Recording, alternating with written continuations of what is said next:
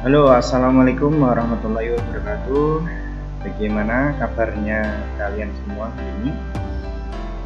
Tentunya semoga dalam keadaan baik, sehat, senantiasa mendapatkan lindungan Allah SWT ya teman-teman semua.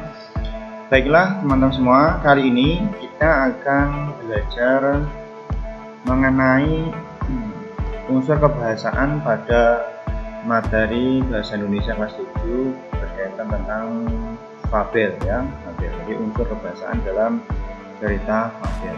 Kali ini kita akan mempelajari tentang penulisan kalimat langsung.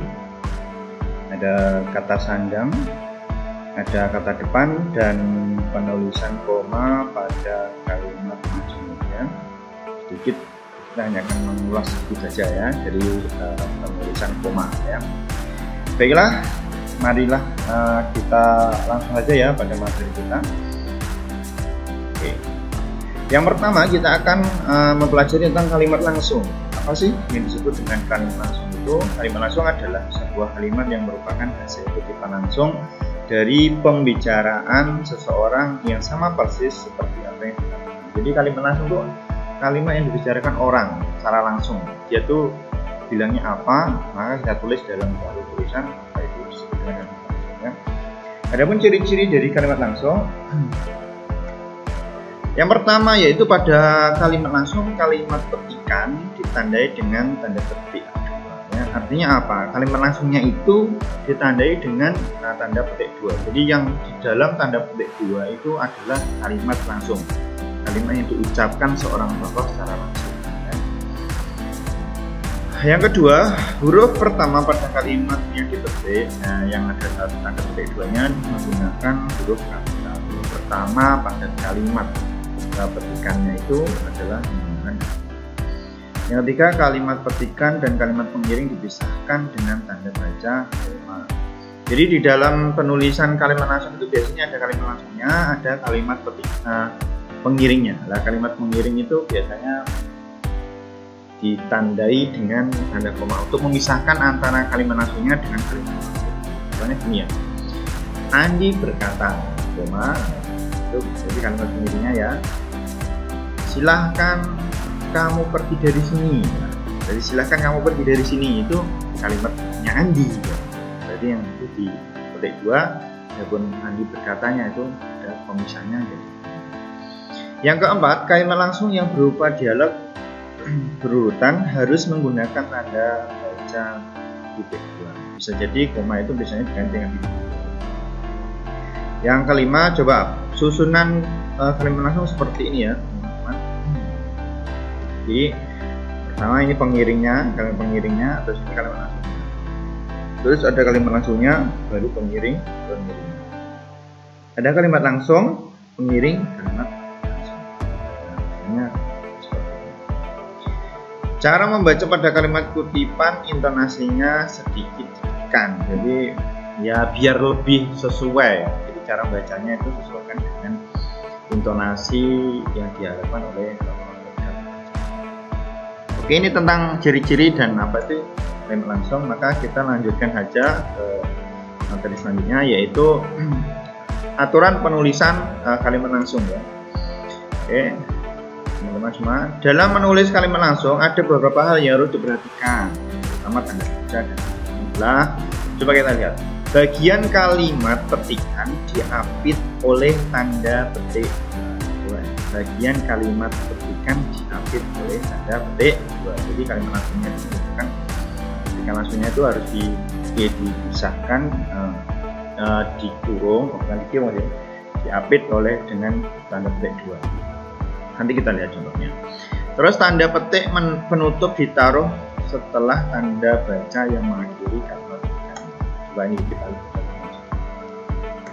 Ini coba dilihat. Ini ada Kak Andi mengatakan, koma, karena ini kalimat pengiringnya, maka dipisahkan dengan koma dulu. Nah, ini kalimat langsungnya, petikannya langsung. Ini tanda petik 2 dibuka. Terus ini huruf pertama harus menggunakan kapital. Jadi huruf pertama petikan langsungnya harus menggunakan Aku akan pergi ke sekolah besok. Di sini di akhirnya ini petikan langsung. Ingat, tanda baca pada petikan ini di dalam petikannya, bukan di luarnya ya. Nah, ini bukan di luarnya. Kalau di luarnya ini jadi ya, teman-teman paham ya? Ini coba. Nah, ini kalau dibalik ya. Baju itu bagus. Bajunya B-nya besar karena ini di awal ya. Terus ini koma. Ini petikannya langsung. Ini kata mawar, ini baru titik. Ini titik. Nah, kalau seperti ini, komanya di sini ini bisa. Oke ya teman-teman, paham ya untuk yang satu ini. Oke, kita lanjutkan untuk aturan penulisannya. Nih, kalimat pengiring harus diakhiri dengan satu tanda koma terkadang tanda D2 dan satu spasi apabila bagian kalimat pengiring terletak sebelum kalimat. Kita lihat contohnya.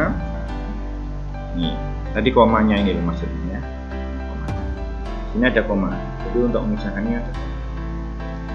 Nah, ini kalau tanda misalnya di sini. Oke. Ini salah ya, seperti ini bisa. Oke ya, yang keempat, jika ada dua kalimat petikan, huruf awal pada kalimat petikan pertama menggunakan huruf kapital, sedangkan pada kalimat kedua menggunakan huruf kecil, kecuali nama orang dan kata saya. Dan maksudnya ini kalau yang dua ya, bisa. Ini coba saja minta sama ayah atau ibu, dia pasti akan memberikannya. Ini ada petikannya di dua kan, di depan sini sama di belakang sini. Jadi yang menggunakan kapital hanya yang depan sini. Kenapa? Di sini kan baru koma. Ini sebenarnya ini adalah lanjutan dari sini. Sehingga di sini menjadi kecil, tidak menggunakan huruf kapital lagi. Oke ya, dipahami ya. Jadi yang menggunakan kapital di petikan langsungnya hanya di sini. Yang di sini enggak. Kenapa? Karena ini sebenarnya adalah gabungan dari kalimat yang dalam ini. Ini koma, di sini juga koma. Titiknya baru di sini ya. Tetap petikannya tetap ya.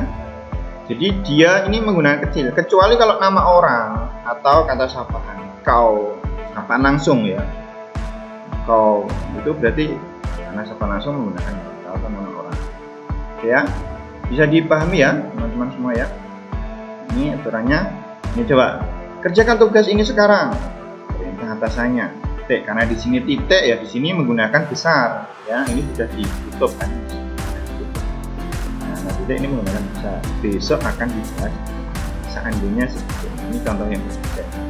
Jadi kalau di sini titik, di sini besar. Kalau ini nggak titik, ini koma berarti ini. Oke ya teman-teman. Oke, sekarang kita lanjutkan di beberapa contohnya lagi. Langsung, ibu menyuruh belikan ibu garam di warung.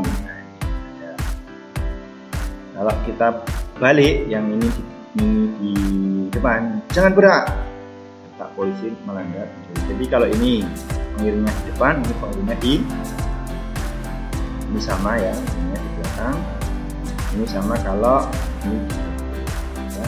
Kak, kau dipanggil ayah, ibu, kamu disuruh makan olehnya, karena ini adalah sapaan langsung. Tapi kalau enggak ya enggak, karena di sini koma. Oke. Sama saja kalau ini menggunakan titik dua ya. Bisa dipahami ya tentang kalimat langsung? Kalau bisa ya. Kalau bisa, silahkan dirangkum sendiri dipahami. Oke, adik-adik teman-teman semua, kita lanjutkan untuk materi selanjutnya yaitu penulisan kata sandang. Teman-teman sudah tahu ya apa yang disebut dengan kata sandang. Kata sandang adalah sejenis kata penentu atau pembatas yang letaknya di depan. Gampangnya gini lah, ada kata si dan sang gitu. Ini sang kancil, sang raja, si pencuri ya. Ini biasanya bedanya apa sih? Kalau si itu kadang bisa berarti negatif. Tapi kalau sang itu cenderung positif. Sang maha pencipta, sang raja. Kita nggak bisa menggunakan sang pencuri lah, kan enak. Itu si pencuri itu lah. Jadi penggunaan si itu biasanya cenderung negatif, kalau sang itu positif.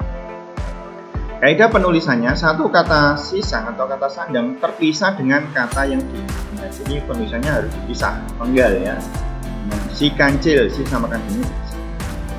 Yang kedua, kata si dan sang ditulis dengan huruf kecil, bukan kapital. Ya, si sangnya ini kecil ya, bukan kapital ya. Ingat, kita menggunakan kapital. Yang ketiga, kata yang diikutinya ditulis kapital jika dimaksudkan sebagai panggilan atau nama julukan. Ini agak coba kita lihat contohnya aja biar mudah ya. Yang pertama ada dua contoh ini menggunakan coba kata pengiringnya ini kan si kecil, kata pengiringnya ini k-nya kecil, tapi di sini si kecil pasti sama-sama kecilnya tapi ini menjadi besar. Bagaimana cara membedakannya? Kita lihat kalimat. Bagaimana caranya agar si kecil rajin belajar? Kata ibu. Ini si kecil ini masih umum, si kecil maksudnya anak-anak semua, anak yang kecil, anak kita semua itu. Nah, jadi masuk umum ini, bukan panggilan pada seseorang. Ya kalau yang ini kedua orang itu si kecil dan si kancil adalah satu dewasa, maka ini sudah menjurus pada identitas individu tertentu. Jadi dia mengarahnya kepada panggilan atau julukan.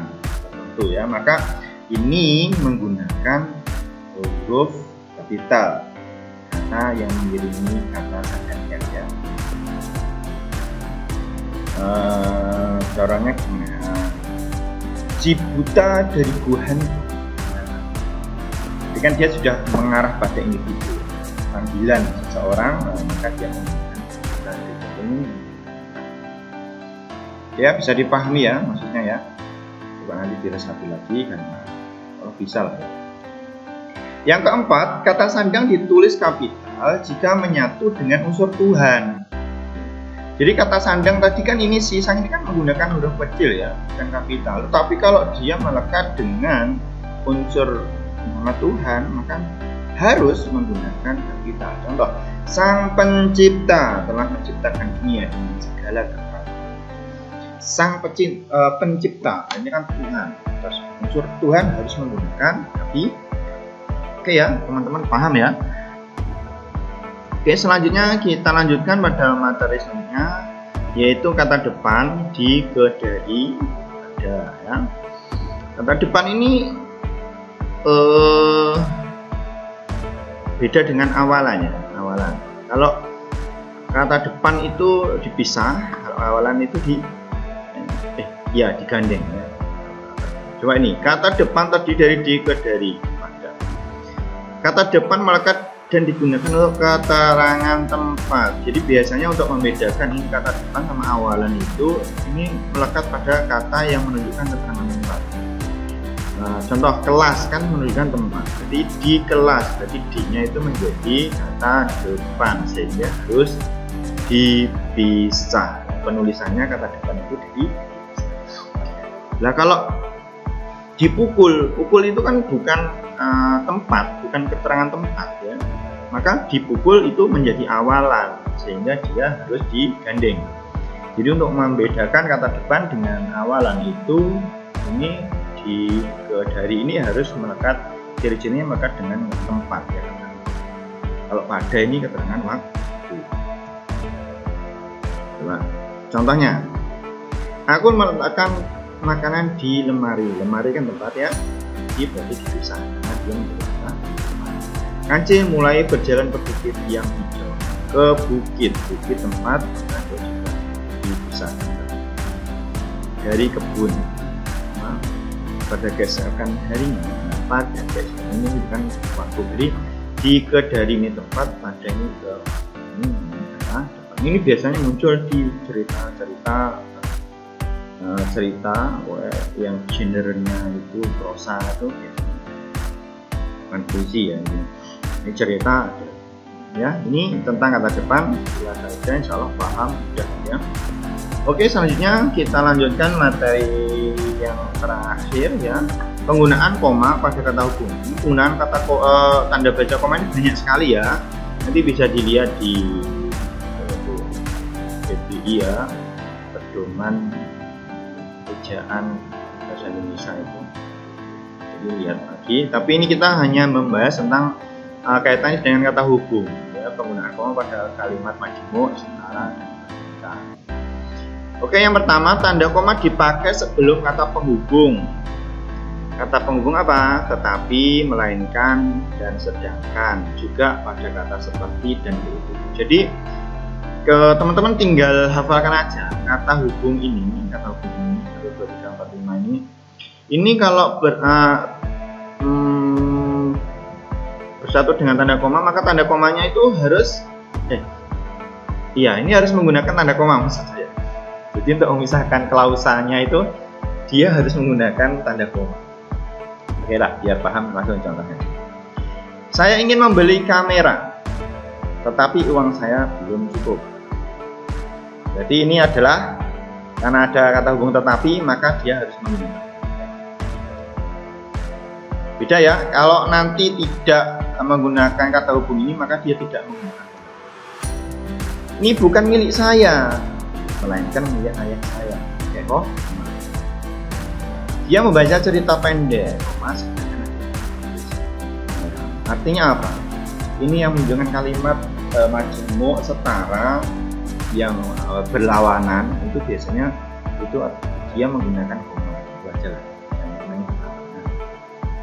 Yang kedua yang menyebutkan yang bukan berlawanan tapi penyebutan. Contohnya, dia mengambil beberapa alat masak, seperti kompor, wajan, seperti, yaitu. Oke ya. Nah, sebelum ini ya, paham ya dari sini. Jadi kita tinggal menghafalkan ini. Tapi nanti selain kata hubung ini, contohnya kalau, karena, itu dia tidak menggunakan koma. Saya akan datang kalau diundang. Ini tidak menggunakan koma, ya. Kecuali, coba dilihat di sini. Tanda koma dipakai untuk memisahkan anak kalimat yang mendahului induk kalimatnya. Jadi kalau posisinya yang bawah sini, saya akan datang kalau diundang. Ini adalah, ini induk kalimatnya di depan, anak kalimatnya di belakang. Maka kalau anak kalimatnya ada di belakang, induknya ada di depan, maka dia tidak menggunakan koma. Tapi kalau dibalik, jadi kalimat induknya ada di belakang, anaknya ada di depan, maka ini menjadi ditambah koma. Kalau diundang, karena baik hati, ya perbedaannya gitu. Ini yang di sini itu kalimat majmuk setara, kalau di sini kalimat majmuk bertingkat. Kalimat majmuk bertingkat jika susunannya anaknya itu di belakang, induknya di depan, maka dia tidak menggunakan koma. Tapi kalau anaknya itu di depan, induknya di belakang, maka dia harus menggunakan. Teman-teman, biasanya kalau saya menerangkan di kelas itu gampangnya gini, kalau induknya itu di depan, anaknya di belakang kan sopan, dia tidak. Tapi kalau anaknya di depan, induknya di belakang, bohongi gitu ya, nggak sopan ya. Jadi ingat, ini cara menghafal biar mudah aja. Itu ya teman-teman, saya insya Allah bisa. Silakan dicatat lagi, dirangkum sendiri, dipahami. Ini yang bisa saya sampaikan di materi kali ini biar tidak terlalu panjang materinya nanti. Oke, terima kasih. Nah, mulai pertama pertanyaan, jika ada salah saya minta maaf. Terima kasih atas kunjungannya. Terima kasih ya. Wassalamualaikum warahmatullahi wabarakatuh.